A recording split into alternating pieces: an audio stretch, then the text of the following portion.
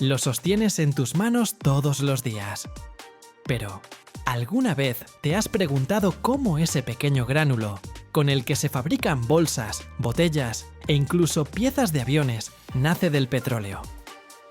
En las profundidades de la Tierra, un líquido negro se transforma en brillantes cristales de plástico que definen el rostro del mundo moderno. Pero hay un secreto. ¿Qué es más caro hoy, un barril de petróleo o un kilogramo de estos gránulos? ¿Y por qué incluso la basura se ha convertido en materia prima para una nueva industria?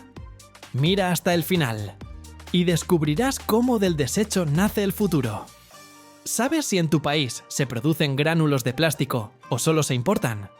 Escríbelo en los comentarios.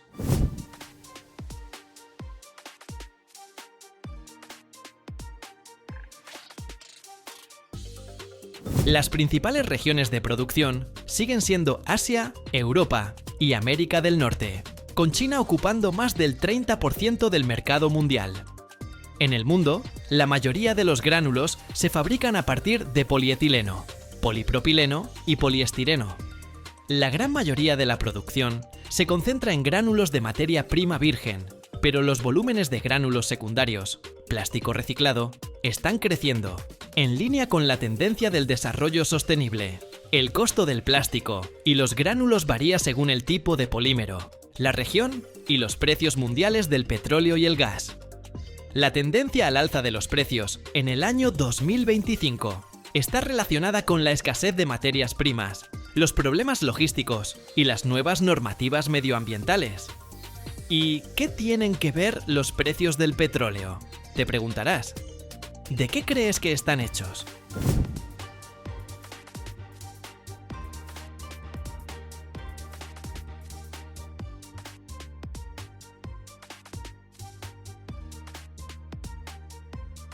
Sí, el petróleo es la principal materia prima virgen para la producción de gránulos de plástico. Está compuesto por una mezcla de hidrocarburos de diferente composición y peso molecular, y es la fuente de compuestos químicos tan importantes como el etileno, el propileno, el estireno y otros monómeros que sirven como bloques de construcción para los polímeros. El proceso comienza con el procesamiento primario del petróleo en las plantas petroquímicas, donde el petróleo crudo se somete a una destilación fraccionada. Como resultado, se obtienen diferentes fracciones: gasolinas, queroseno, diésel y, lo que es más importante para la industria de los polímeros, productos petroquímicos como etileno, propileno, butileno, benceno y otras sustancias químicas. El etileno y el propileno, obtenidos del petróleo, se someten a una polimerización posterior en reactores especiales, lo que permite crear cadenas poliméricas de diferente longitud y estructura. De ellos se forman el polietileno, el polipropileno y otros plásticos, que luego se convierten en gránulos.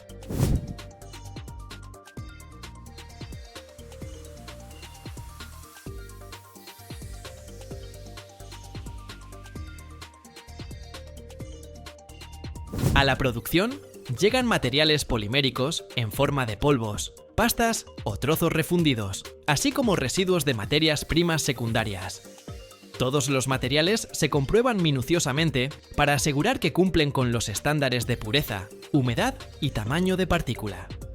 Para garantizar la homogeneidad, la materia prima suele secarse previamente, ya que un exceso de humedad puede reducir la calidad de los gránulos y provocar defectos durante el procesamiento. A continuación, la materia prima entra en un extrusor, la máquina principal para la producción de gránulos. El extrusor es un largo tubo con un tornillo sin fin en su interior, que gira y empuja la materia prima hacia adelante. Durante su movimiento, el polímero se calienta hasta su punto de fusión, que para diferentes tipos de materiales plásticos oscila entre 150 y 300 grados Celsius. Es importante que la temperatura esté estrictamente controlada para evitar el sobrecalentamiento o una fusión insuficiente.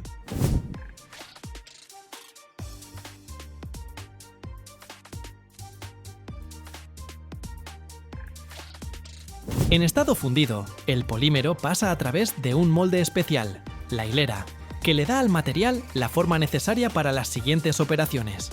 Generalmente son finas varillas o hilos. Después de la conformación, llega una etapa muy importante: el enfriamiento.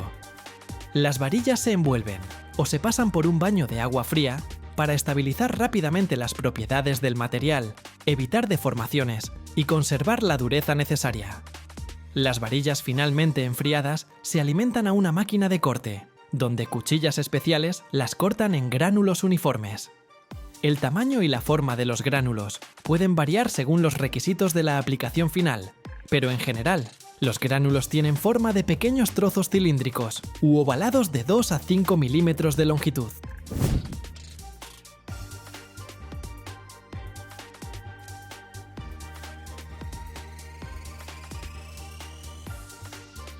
Los gránulos obtenidos pasan por un control de calidad, donde se verifican sus propiedades físico-químicas, homogeneidad, tamaño y pureza. Solo después de la aprobación, los gránulos se envasan en sacos o silos, preparándose para su envío a las fábricas de productos de plástico. El componente ecológico es cada vez más importante. La producción de gránulos a partir de materias primas recicladas cuenta con el apoyo a nivel estatal en muchos países. Las inversiones en tecnologías de reciclaje y reutilización de plásticos están aumentando significativamente, y el mercado de biogránulos y materiales compuestos se está expandiendo. La materia prima secundaria para la producción de gránulos de plástico son los residuos plásticos reciclados, que se reutilizan para fabricar nuevos materiales y productos. Existen dos tipos principales: los residuos de producción, es decir, restos de materia prima virgen pura sin impurezas, y los residuos domésticos o industriales, que ya han sido utilizados y pueden contener contaminantes.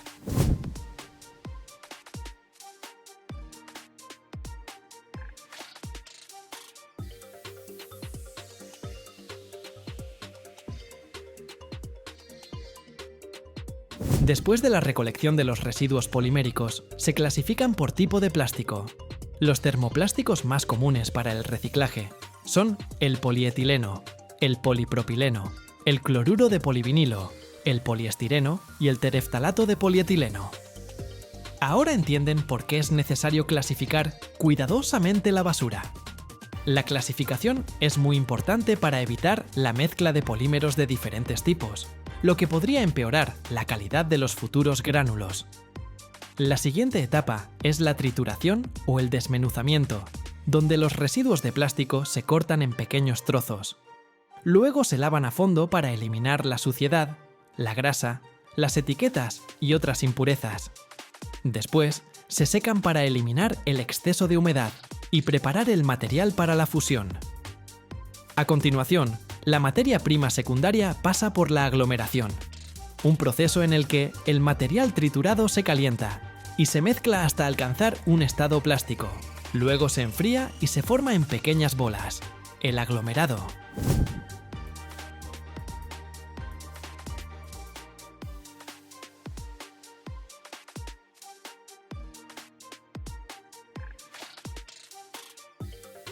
Generalmente, el aglomerado se granula después, obteniendo gránulos que, por su aspecto y propiedades, son muy similares a los gránulos vírgenes y pueden utilizarse para la producción de nuevos artículos.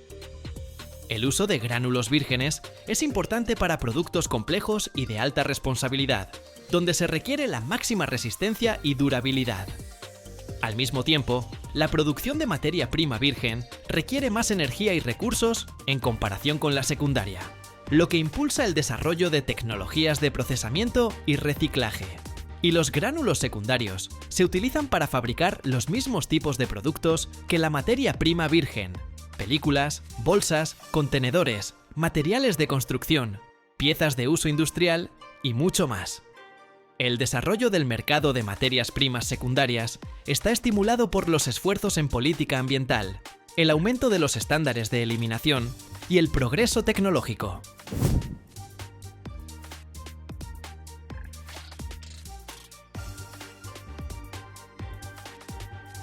Al mismo tiempo, existen desafíos. La calidad de los gránulos secundarios depende de la pureza y la clasificación, y no todos los tipos de plástico se prestan bien al reciclaje secundario. Esto exige la necesidad de estandarización, nuevas soluciones tecnológicas y trabajo de concienciación entre la población. En el año 2025, a nivel mundial, continúan las investigaciones activas y las inversiones en el desarrollo de tecnologías de reciclaje secundario de plásticos, incluido el desarrollo de nuevos materiales y métodos químicos que podrían mejorar radicalmente la situación ecológica.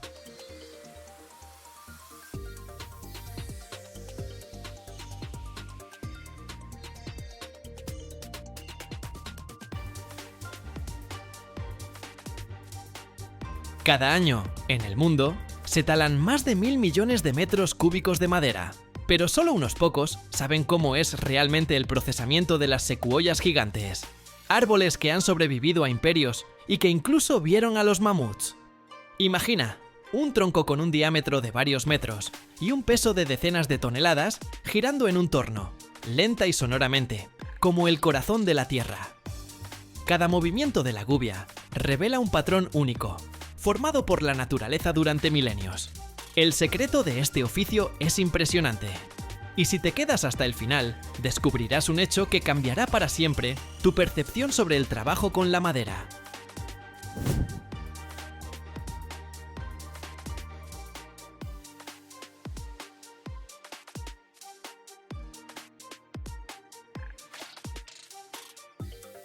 El procesamiento de madera de tal envergadura requiere equipos especializados y una habilidad considerable. La máquina que se muestra en el video pertenece a los tornos gigantes, adaptados para trabajar con piezas de enormes dimensiones. Su área de trabajo puede admitir piezas con un diámetro de varios metros, y la longitud de procesamiento alcanza decenas de metros. Un potente motor asegura una rotación estable y suave de la madera, incluso con grandes pesos. Con la ayuda de estos tornos, los operarios retiran gradualmente la capa exterior de corteza y madera, utilizando gubias y raspadores afilados. El trabajo se realiza con la máxima precisión, ya que el más mínimo error podría llevar a la pérdida de material valioso. El maestro controla el proceso de mecanizado, supervisando la velocidad de rotación y la presión de las herramientas sobre la madera, dando forma gradualmente a diseños complejos o simples.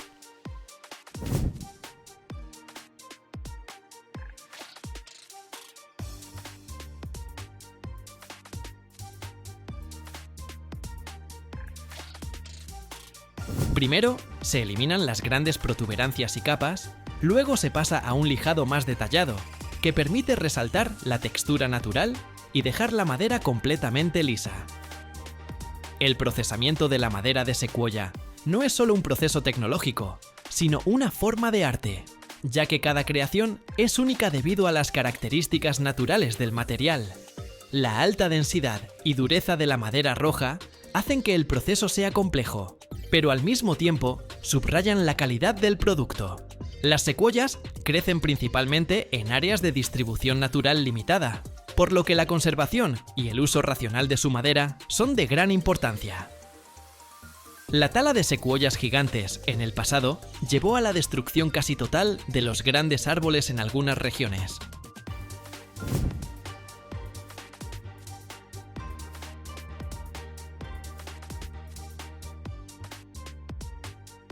Por ejemplo, en el siglo XIX, la compañía Kings River Lumber taló ilegalmente más de 8.000 de estos gigantes, lo que provocó una catástrofe ecológica y afectó el clima y la biodiversidad de la región. Las tecnologías modernas de procesamiento de la madera permiten obtener el máximo beneficio de esta valiosa materia prima, minimizando las pérdidas. El uso de tornos innovadores, como el del video, permite trabajar con piezas grandes y no estándar, utilizar el material de manera racional y crear productos de alta calidad. La madera de secuoya, gracias a su resistencia y durabilidad a la putrefacción, es un material valioso para la construcción y la fabricación de muebles. Sin embargo, debido al estatus de protección de estos árboles, su explotación comercial está estrictamente regulada.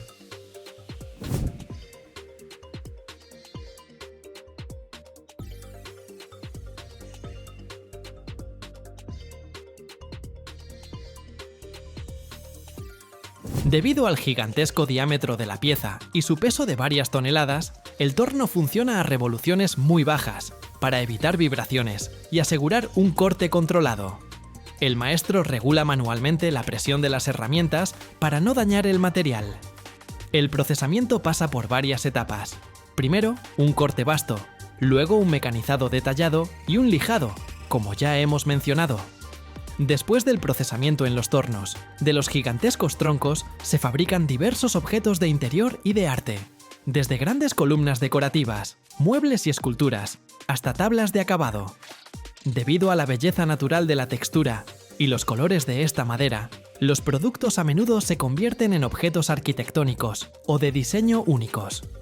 Además, muchos troncos gigantes de secuoya se procesan para convertirlos en paneles para suelos de alta gama o para la construcción de edificios de prestigio, donde se valora no solo la durabilidad, sino también un entorno con materiales ecológicamente puros.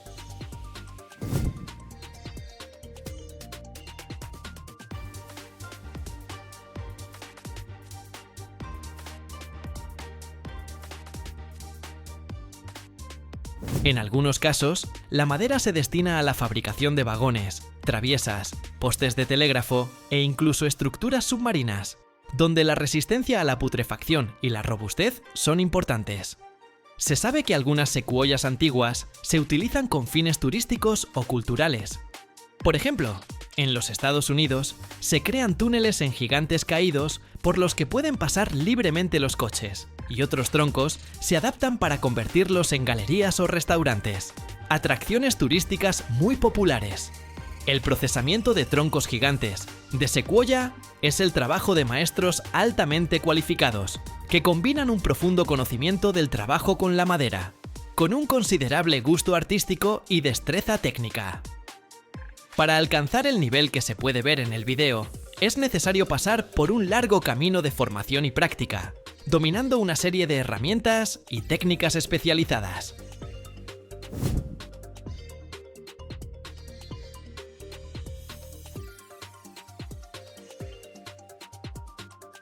El aprendizaje de esta maestría comienza con el dominio de las habilidades básicas de carpintería. Trabajar la madera con herramientas manuales, serrar, lijar, técnicas básicas de tallado. Esto puede llevar varios años de escuela profesional o de oficios, dependiendo de la intensidad de la formación y las aptitudes naturales. El siguiente nivel es el aprendizaje del torneado de madera, especialmente de piezas complejas en grandes máquinas. Aquí se requiere una gran precisión y sensibilidad para controlar la fuerza y la dirección de las herramientas, tener en cuenta la textura y la estructura de la madera, y evitar grietas e irregularidades. Los maestros que trabajan con secuoya utilizan activamente una variedad de herramientas de torneado, gubias de diferentes formas y configuraciones, raspadores, fresas. Para el desbaste inicial, comienzan con grandes gubias de corte que eliminan gruesas capas de madera, para luego pasar a herramientas más finas y delicadas para el lijado y el detallado.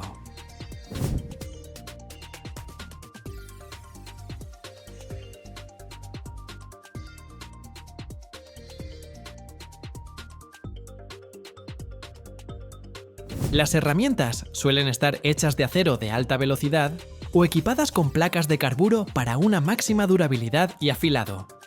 Paralelamente al trabajo de las herramientas, el operador controla la velocidad de rotación de la pieza, lo cual es críticamente importante. Debido a las gigantescas dimensiones de la secuoya, las revoluciones del torno son muy bajas para evitar vibraciones y asegurar un corte uniforme. La presión de la herramienta también se regula manualmente, lo que requiere una gran habilidad y sentir la madera. Además de los aspectos técnicos, estos maestros tienen una visión artística desarrollada. El procesamiento de madera gigante no es solo un trabajo mecánico, sino un proceso creativo en el curso del cual se forma una pieza única.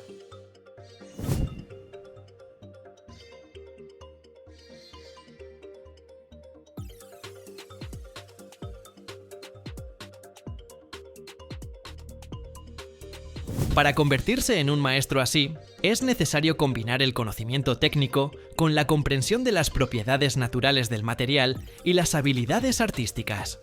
En los círculos profesionales, la formación puede durar de 5 a 10 años, especialmente si se trata de trabajar con árboles grandes y caros.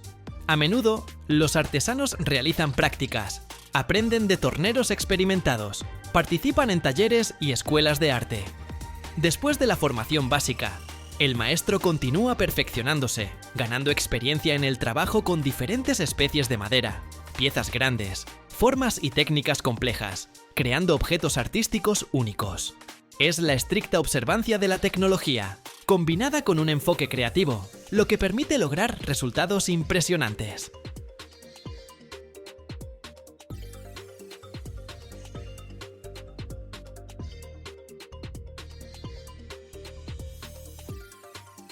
Cada año, en el mundo, más de 350 millones de metros cúbicos de troncos llegan de los bosques a los aserraderos.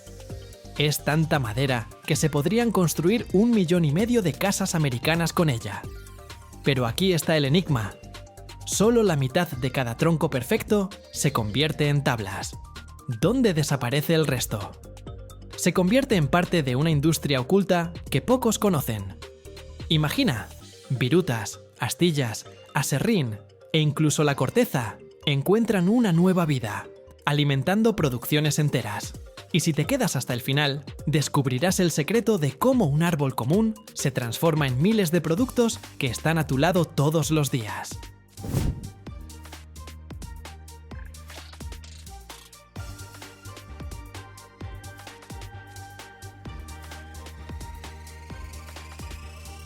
Cuando un tronco perfecto y redondo llega al aserradero, ¿qué porcentaje de él crees que se convierte en tablas terminadas y rectangulares? La respuesta, solo alrededor del 50%. Sí, solo la mitad. ¿Y a dónde va el resto? No desaparece, sino que se transforma en todo un ecosistema de subproductos. Aproximadamente, el 38% del tronco se convierte en astillas y virutas. No es basura, es oro para otras industrias. Estas astillas van a fábricas donde se convierten en papel, cartón y, por supuesto, nuestros viejos conocidos: tableros de partículas, de fibra de densidad media y de virutas orientadas. Otro 12% aproximadamente es aserrín y corteza. El aserrín también se destina a la producción de materiales de tablero o se prensa en peles de combustible. Y la corteza a menudo se quema directamente en el aserradero, en sus propias calderas, produciendo energía para las cámaras de secado y la propia planta. Esto hace que los aserraderos modernos sean sorprendentemente eficientes energéticamente.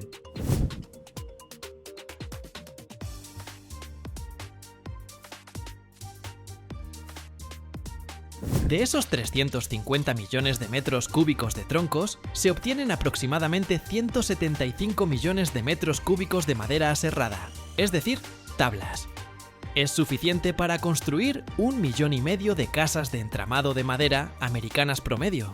Y la mayor parte de esta producción, más del 75%, es madera de coníferas, como pino y abeto. Es el famoso lumber, con el que se construye la gran mayoría de las casas en los Estados Unidos. Una enorme y caótica colina de troncos recién cortados, cada uno de decenas de metros de largo y con un peso de varias toneladas. Yacen uno sobre otro, como cerillas gigantes esparcidas por un niño gigante. Y sobre este caos reina una grúa gigantesca.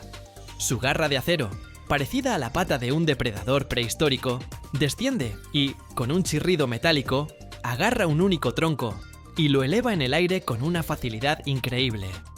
Por un instante queda suspendido y luego la grúa lo deposita con estruendo al principio de una cinta transportadora.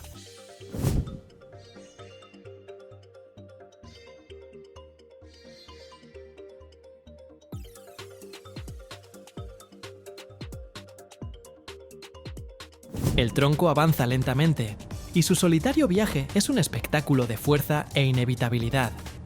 Pasa bajo chorros de agua que le quitan el barro, y los trozos de corteza, preparándolo para el momento más importante. Y entonces, adelante, aparece un arco que brilla con una luz de otro mundo. Es un escáner, la puerta al futuro. Decenas de rayos láser rojos recorren la superficie del tronco en movimiento, midiendo su diámetro, longitud, curvatura y la ubicación de cada nudo. Un cerebro informático, en una fracción de segundo, crea su fantasma digital perfecto. un modelo tridimensional. Y en ese mismo instante, mientras el tronco todavía avanza, la computadora ya ha decidido su destino. Ha calculado la forma ideal de cortarlo, para obtener la máxima cantidad de tablas, de la más alta calidad. Ya sabe por dónde pasará el primer corte, dónde el segundo, y en qué se convertirá cada trozo de este gigante del bosque.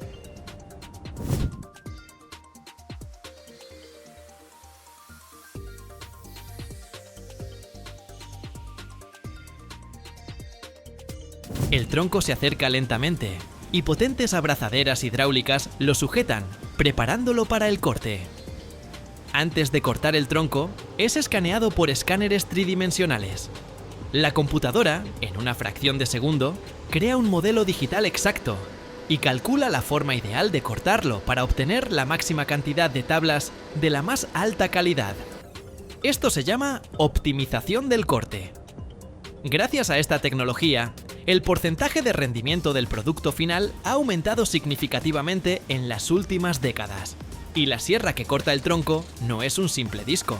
Es una sierra de cinta, fina como una cuchilla, que hace un corte de solo 1 o 2 milímetros de grosor. Es varias veces más delgada que las sierras antiguas, y eso significa que mucha menos madera preciosa se convierte en aserrín. Así que estas cifras no son solo datos fríos.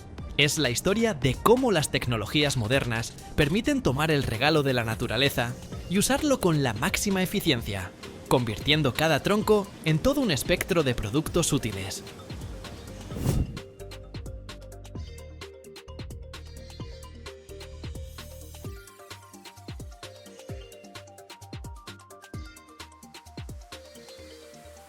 Ahora, nuestro bloque entra en el corazón del aserradero, la sierra múltiple. Es toda una batería de sierras de disco, montadas en un mismo eje a una distancia exactamente definida entre sí. Potentes rodillos de alimentación empujan con fuerza nuestro pesado bloque a través de esta pared de cuchillas giratorias. Con un rugido ensordecedor que hace vibrar el suelo, decenas de sierras se clavan simultáneamente en la madera. Es como si un peine gigante pasara por el cabello, solo que en lugar de cabello hay madera, y en lugar de dientes, discos de acero giratorios. En una sola pasada, nuestro bloque macizo se descompone en un montón de tablas frescas, calientes y todavía húmedas. Estas tablas recién nacidas, junto con los costeros, salen por el otro lado y llegan a la siguiente cinta transportadora, donde les espera la clasificación.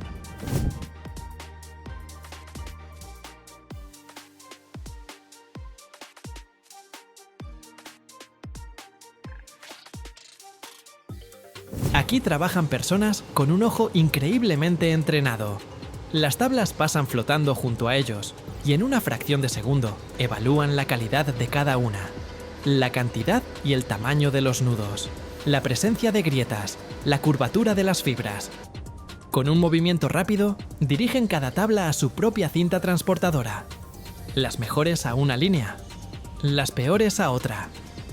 Es como clasificar el correo, solo que en lugar de cartas hay pesados trozos de madera de metros de largo. Las tablas que han pasado el casting se envían a la canteadora. Aquí, sus bordes irregulares y cubiertos de corteza se recortan, dándoles una forma perfectamente rectangular. Y solo ahora tenemos ante nosotros un producto familiar, una tabla perfectamente lisa y rectangular, pero todavía está verde, húmeda y pesada, llena de savia natural. Si se deja así, se curvará y se agrietará. Por eso, le espera la etapa final, el secado.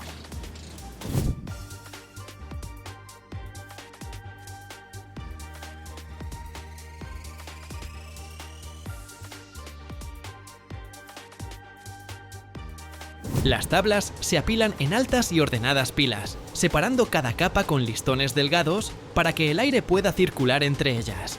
Y estas pilas gigantes, con la ayuda de una carretilla elevadora, se envían a una cámara de secado. Es una habitación enorme y hermética, parecida a una sauna industrial. En su interior, una computadora mantiene un clima ideal, una temperatura, humedad y velocidad de movimiento del aire específicas. Este proceso puede durar desde varios días hasta varias semanas, dependiendo de la especie y el grosor de la tabla. El aire caliente extrae lenta y muy cuidadosamente la humedad de la madera, haciéndola ligera, fuerte y, lo más importante, estable. Y solo después de esta larga y cálida meditación, la tabla está lista para abandonar la fábrica y convertirse en parte del hogar de alguien. Las mejores se convertirán en hermosos suelos, muebles elegantes o marcos de ventanas. Las más resistentes, pero más simples, se destinarán a la construcción de armazones de casas, vigas para tejados y vallas. Es la base con la que se construye casi todo lo que nos rodea.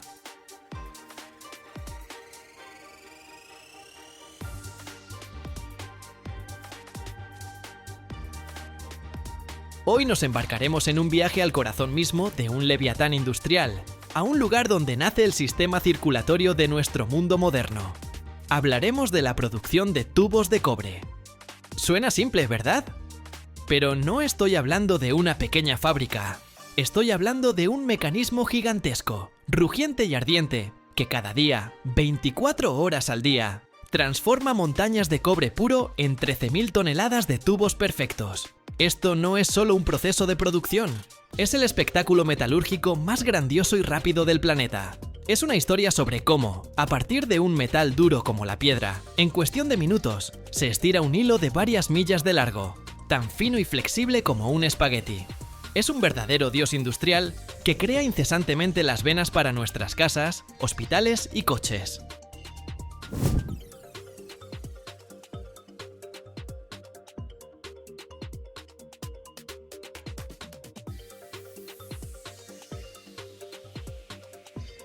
Intentemos comprender esas 13.000 toneladas de cobre al día. Imagina la Estatua de la Libertad. Toda esa gigantesca estructura pesa 225 toneladas.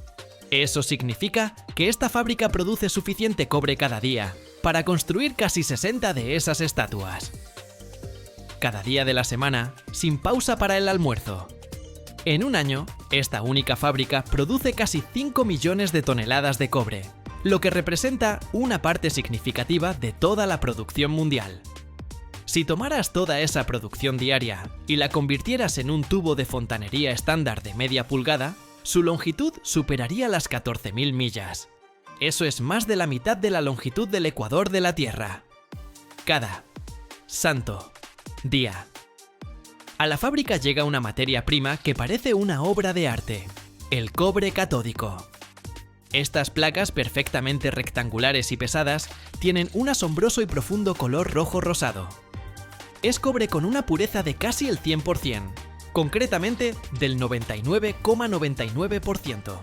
Prácticamente no tiene impurezas.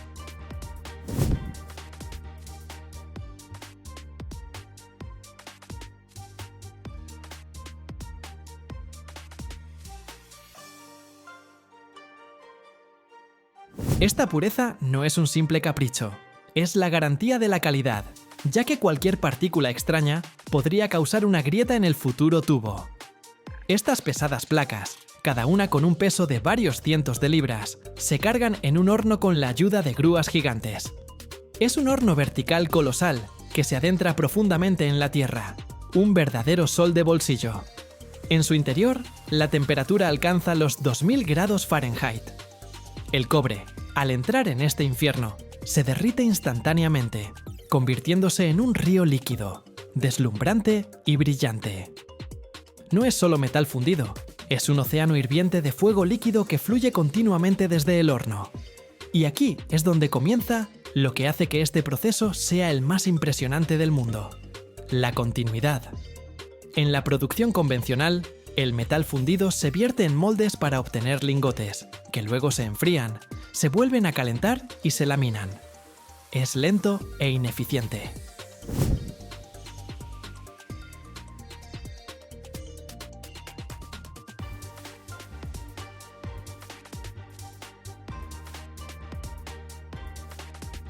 Pero aquí todo sucede en un flujo único, interminable y frenético.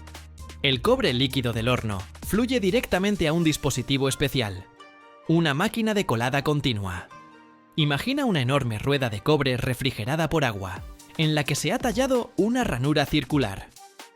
El cobre fundido fluye hacia esta ranura y mientras la rueda gira lentamente, comienza a solidificarse, formando una barra de cobre maciza, interminable y al rojo vivo.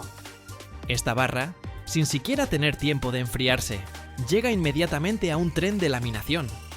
Es una serie de rodillos que la comprimen y le dan forma, pero lo más importante es que en su centro, con la ayuda de un mandril especial, se perfora un agujero. Así, ante nuestros ojos, en cuestión de minutos, el metal líquido se ha convertido en un tubo interminable, de paredes gruesas y al rojo vivo, que sale de la máquina como una serpiente de fuego. Este tubo madre puede tener un diámetro de varias pulgadas, y esto es solo el comienzo de su viaje.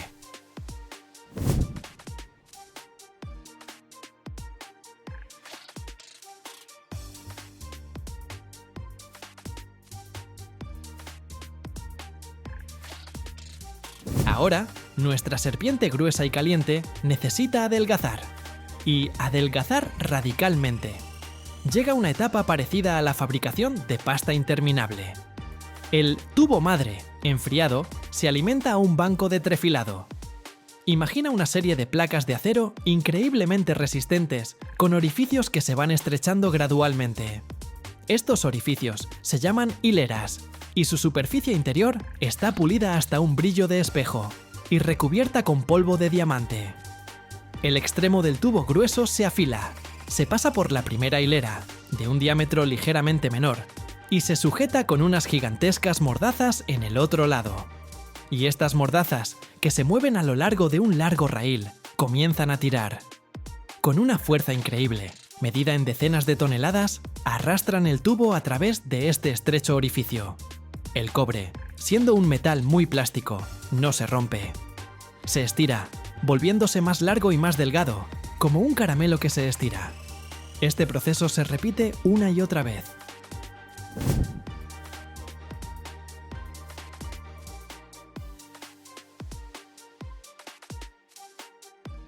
El tubo pasa por la siguiente hilera, aún más pequeña, y se vuelve aún más largo y más delgado.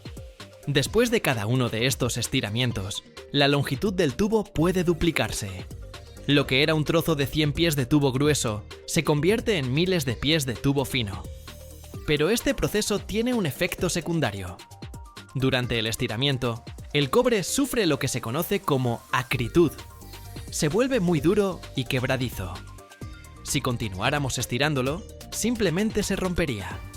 Por eso, le espera un tratamiento de spa, el recocido.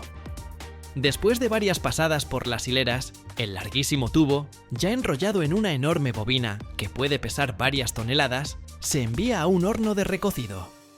Pero esta vez, la temperatura aquí es mucho más baja, 1000 grados o más.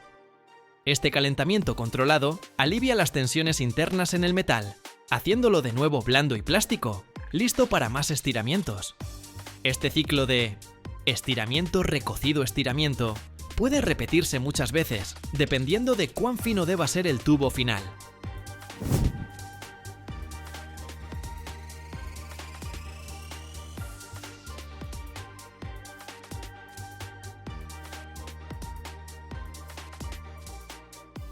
Y así, cuando el tubo alcanza el diámetro y el grosor de pared deseados, se enrolla en la bobina final. Imagina una bobina gigante y perfectamente uniforme de un hilo de cobre brillante, cuya longitud puede alcanzar varias millas. Ya es casi un producto terminado. Para algunas aplicaciones, como en los aires acondicionados, se deja en su estado blando y recocido. Pero para los sistemas de fontanería, se necesitan tubos duros y rectos.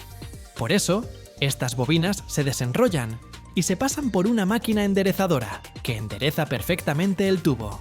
Y luego, una sierra volante automática lo corta en tramos estándar, por ejemplo, de 10 o 20 pies.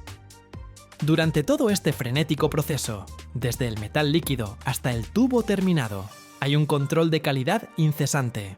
Sensores láser miden continuamente el diámetro y el grosor de la pared con una precisión de milésimas de pulgada. Detectores de defectos por corrientes de Foucault especiales escanean el tubo, buscando cualquier microfisura oculta. Cada tramo se somete a una presión varias veces superior a la de trabajo para garantizar su hermeticidad.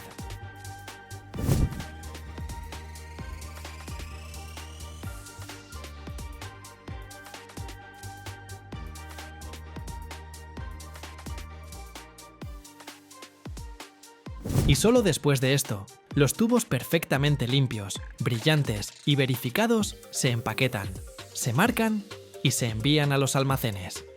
Y así, 24 horas al día, 7 días a la semana, esta increíble bestia de fábrica, que nunca duerme, transforma montañas de cobre puro en ríos interminables de tubos, que luego se distribuirán por nuestras casas llevando agua, calor y frío, cumpliendo silenciosamente su vital labor.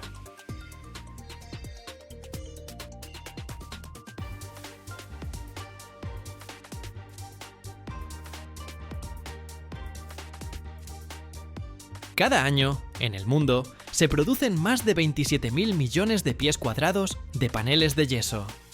Una cifra tan increíble que cuesta asimilarla. Imagina, esta cantidad sería suficiente para construir un camino desde la Tierra hasta la Luna, y casi de vuelta.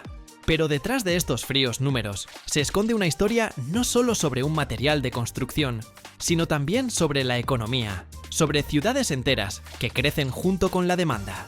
Cómo, a partir de una piedra gris escondida bajo tierra, nace la pared lisa de tu hogar. Y lo más importante, ¿qué proceso secreto hace que este material sea tan único? Si te quedas hasta el final, descubrirás algo que la mayoría ni siquiera sospechaba.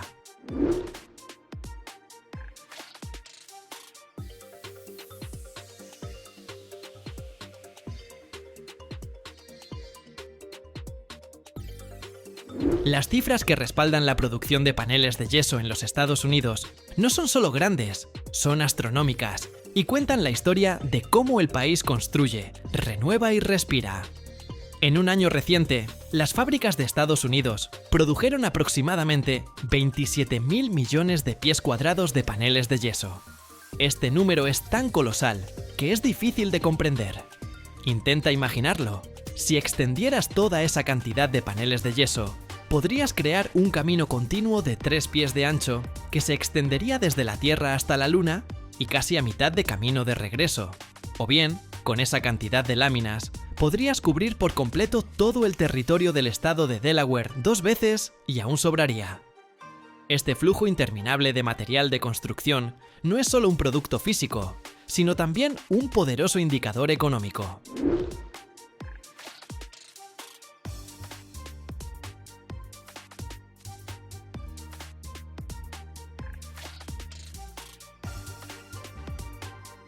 El mercado de estos paneles en Estados Unidos está valorado en decenas de miles de millones de dólares, reflejando no solo el costo del material en sí, sino también miles de empleos en minas y fábricas, en logística y construcción. Todo comienza no en el taller, sino mucho antes, en la cantera, donde se extrae el yeso. Es un mineral natural, una piedra que se formó hace millones de años a partir de mares antiguos. Puede ser blanco, grisáceo, a veces con vetas rosadas.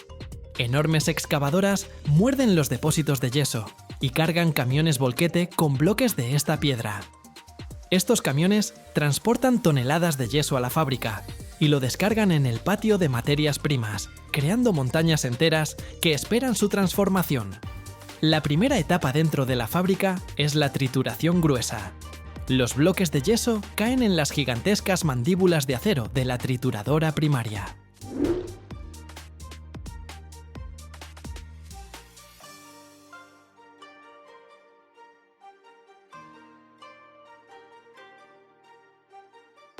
Con un estruendo y un chirrido ensordecedores, la máquina rompe las grandes piedras en trozos más pequeños, del tamaño de un puño. Esto es solo el principio. Luego, este yeso triturado se transporta por una cinta transportadora a molinos secundarios. Aquí, decenas de martillos de acero, que giran a una velocidad vertiginosa, rompen estos trozos en fracciones aún más pequeñas, convirtiéndolos en algo parecido a grava gruesa. Pero incluso esto no es suficiente.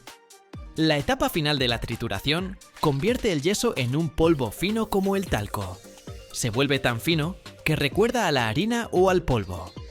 Este polvo es la materia prima principal, pero todavía esconde un secreto que necesita ser revelado. El siguiente paso es uno de los más importantes e interesantes. Es un proceso llamado calcinación, y en esencia, es un secado controlado del yeso.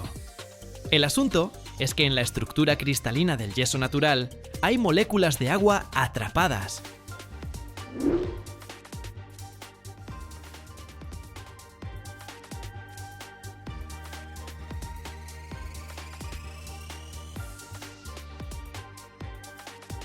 Para que el panel de yeso pueda endurecerse, este agua debe ser expulsada temporalmente.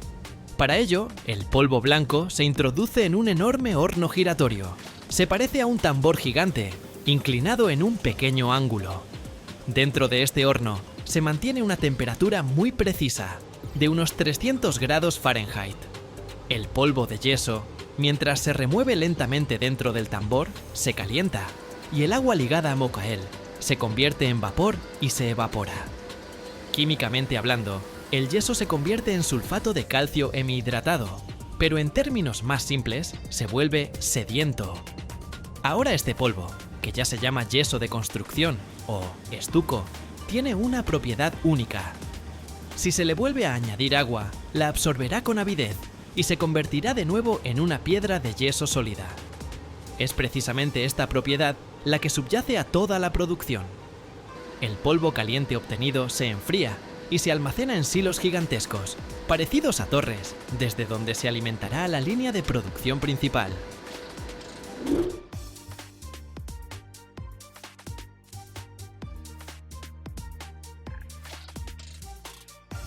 Y ahora comienza lo más espectacular, la creación de la lámina en sí. En la nave hay una enorme cinta transportadora de cientos de metros de largo.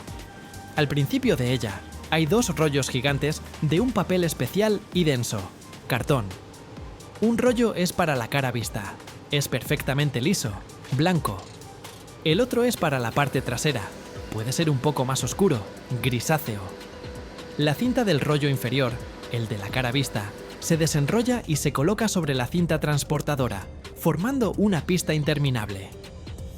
Paralelamente, en un mezclador gigante, parecido a un robot de cocina industrial, se prepara el núcleo. En él se introduce continuamente nuestro polvo de yeso sediento, agua y todo un cóctel de diversos aditivos.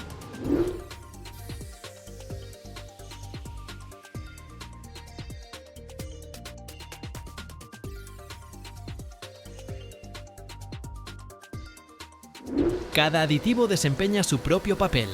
Los agentes espumantes hacen que la masa de yeso sea más ligera y porosa, como nata montada, para reducir el peso de la lámina. Los plastificantes hacen la mezcla más fluida para que se extienda uniformemente. Los aceleradores o retardantes permiten a los ingenieros controlar perfectamente el tiempo de fraguado del yeso. El almidón ayuda a que el núcleo de yeso se pegue mejor a la cubierta de papel. La fibra de vidrio añade resistencia. Esta mezcla, llamada lechada, se parece a una espesa papilla gris. Se vierte en un flujo continuo directamente sobre la cinta de papel que se mueve por la transportadora. Dispositivos especiales distribuyen uniformemente esta masa por todo el ancho del papel. Los bordes de la lámina de papel inferior se doblan cuidadosamente hacia arriba, formando los bordes de la futura lámina. Y en ese momento, se cubre desde arriba con la segunda cinta de papel, del rollo trasero, como si fuera una tapa. El resultado es un sándwich interminable y perfectamente plano. Papel, masa de yeso, papel.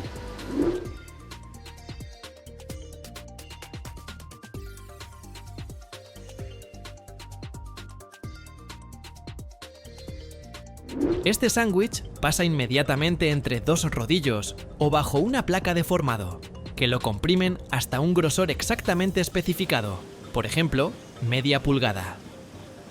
La lámina de panel de yeso recién formada, todavía blanda y húmeda, continúa su viaje en una cinta transportadora muy larga, llamada línea de fraguado. Su longitud puede alcanzar varios cientos de metros. Mientras la lámina se mueve lentamente, en su interior ocurre un verdadero milagro. El polvo de yeso reacciona con el agua. Tiene lugar la misma reacción de rehidratación. El yeso se convierte de nuevo en piedra sólida, liberando calor en el proceso. Si tocas la lámina en esta etapa, estará caliente. En pocos minutos, la masa blanda se vuelve lo suficientemente dura como para mantener su forma. Al final de esta larga línea hay una cuchilla volante.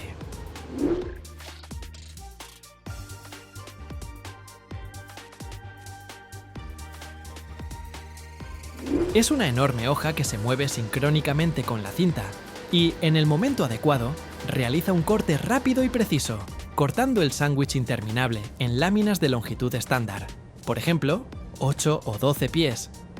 Esto sucede tan rápido que la cinta transportadora no se detiene ni un segundo. Las láminas cortadas ahora son duras, pero todavía muy húmedas. Contienen un exceso de agua que no participó en la reacción química. Hay que eliminarla. Por eso, un dispositivo especial voltea las láminas y las introduce en la estructura más grande de la fábrica, una cámara de secado de varios pisos. Es un laberinto gigante que consta de varios niveles, cada uno de los cuales es una cinta transportadora. Las láminas de panel de yeso se mueven lentamente por estos niveles hacia adelante y hacia atrás, recorriendo un camino de varios cientos de metros dentro de este enorme horno.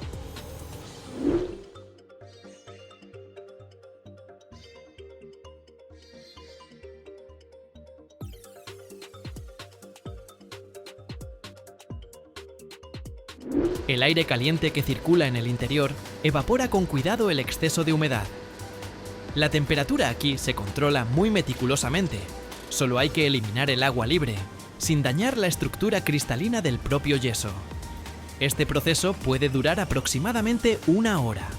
A la salida del secador aparece el producto que ya conocemos: una lámina de panel de yeso perfectamente seca, ligera y resistente. Pero esto aún no es el final. La etapa final es el acabado.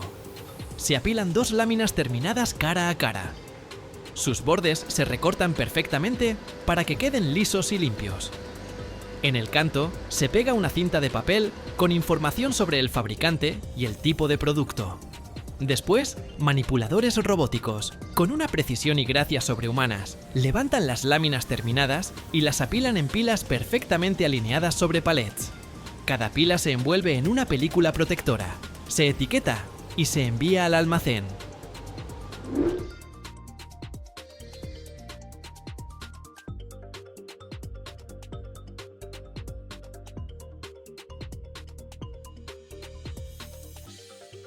Desde allí, viajará a las obras de construcción para formar parte del hogar de alguien, transformándose de una simple piedra gris extraída de la tierra en una pared lisa y acogedora.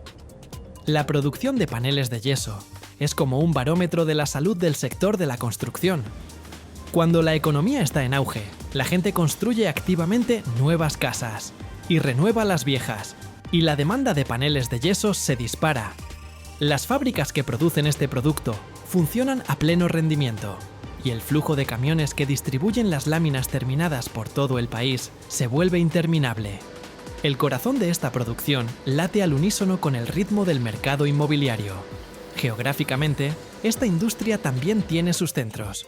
Aunque las fábricas de paneles de yeso están ubicadas en todo el país para estar más cerca de los grandes mercados de la construcción, la extracción de la materia prima principal, el yeso, se concentra en ciertos estados. Los líderes aquí son estados como Texas, Oklahoma, Kansas, Nevada y Iowa.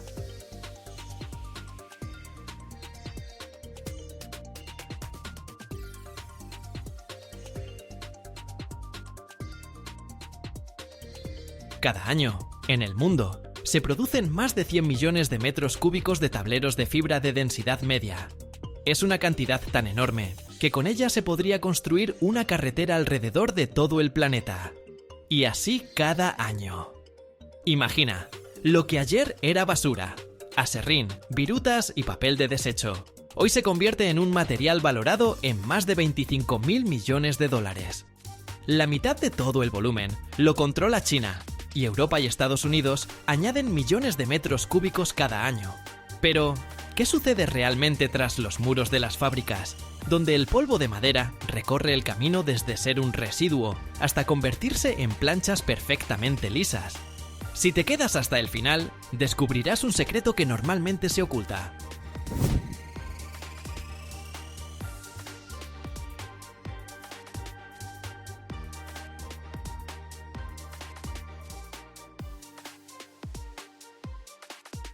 La base para los tableros de fibra de densidad media no son troncos enteros, sino lo que antes se consideraba basura: aserrín, virutas, recortes e incluso papel de desecho viejo.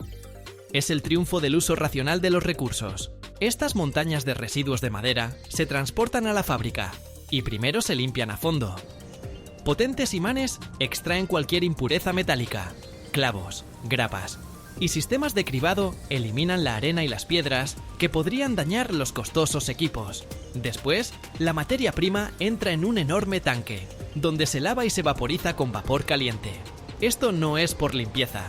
Se hace para ablandar la lignina, el pegamento natural que mantiene unidas las fibras de madera. Ahora comienza la etapa más importante, que distingue a los tableros de fibra de densidad media de su hermano más tosco, el aglomerado.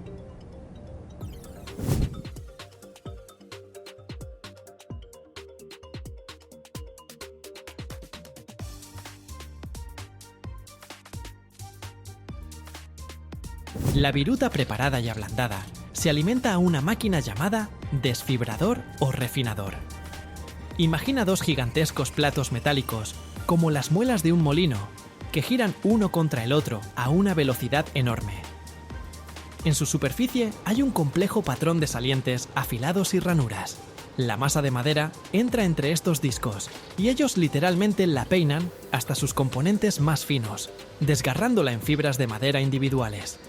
Esto ya no es viruta, es algo parecido a un algodón esponjoso y húmedo o harina de madera. Acabamos de deconstruir la madera hasta sus ladrillos básicos. A continuación, esta masa fibrosa debe secarse. Pero hay que hacerlo muy rápido, antes de que las fibras comiencen a pegarse. Por eso, se insuflan en un largo y caliente tubo de secado.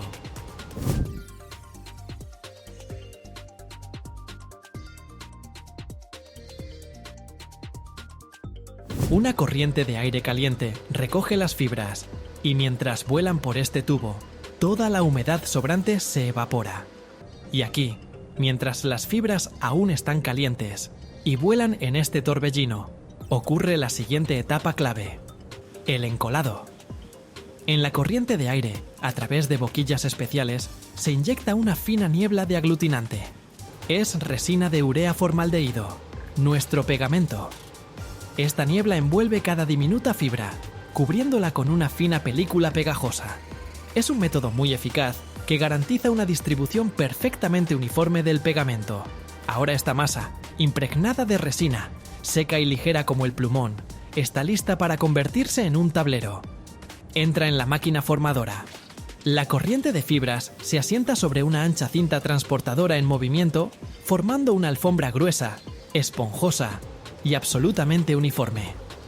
Rodillos especiales la compactan un poco y cuchillas gigantes cortan trozos de la longitud necesaria. Esto ya se parece a un futuro tablero, pero por ahora es solo un colchón, grueso y suave de pelusa de madera.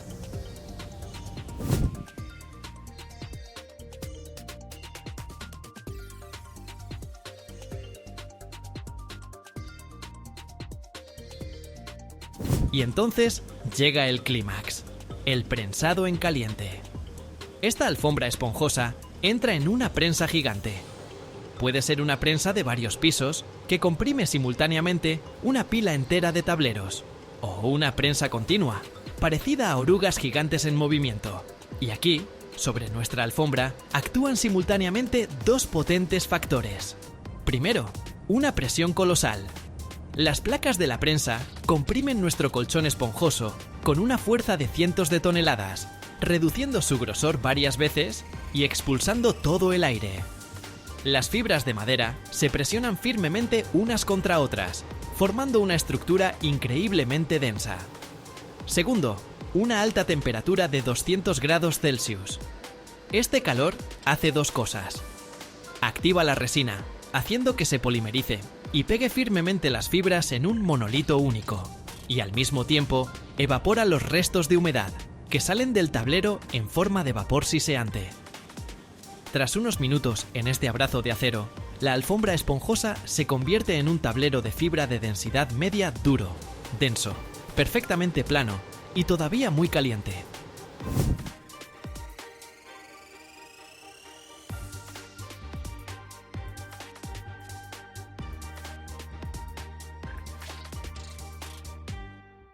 Después de la prensa, los tableros calientes no se pueden simplemente apilar.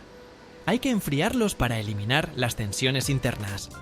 Se colocan en un enfriador de estrella, parecido a un gigantesco archivador, donde se enfrían lentamente, siendo soplados con aire. Cuando los tableros se han enfriado, llega el momento de darles una apariencia comercial. Primero, se apilan en altas pilas y se dejan reposar durante varios días. Esto estabiliza su estructura interna. Luego, cada tablero pasa por una máquina de lijado. Imagina una lijadora de banda gigante con varios cabezales. Anchas cintas abrasivas eliminan una fina capa superficial de ambos lados, llevando el tablero a un grosor perfectamente preciso, por ejemplo, 16 o 18 milímetros, y creando esa famosa superficie, lisa como el papel. Y el toque final, el corte.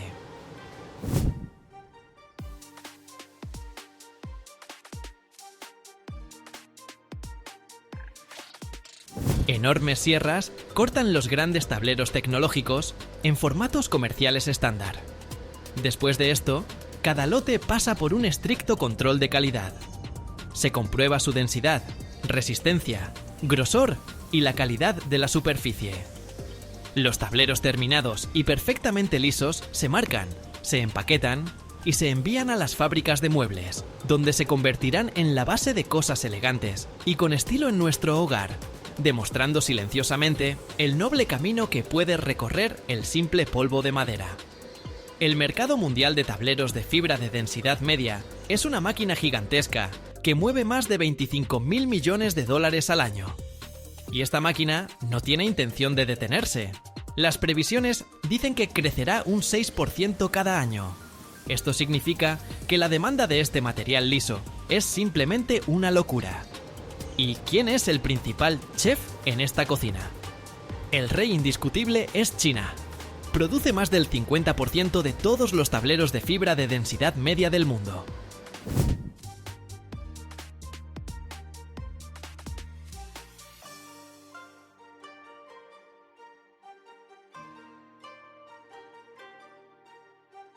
Pero Europa tampoco se queda atrás, con actores tan potentes como Alemania, Polonia y Turquía, que producen millones de metros cúbicos de tableros de alta calidad.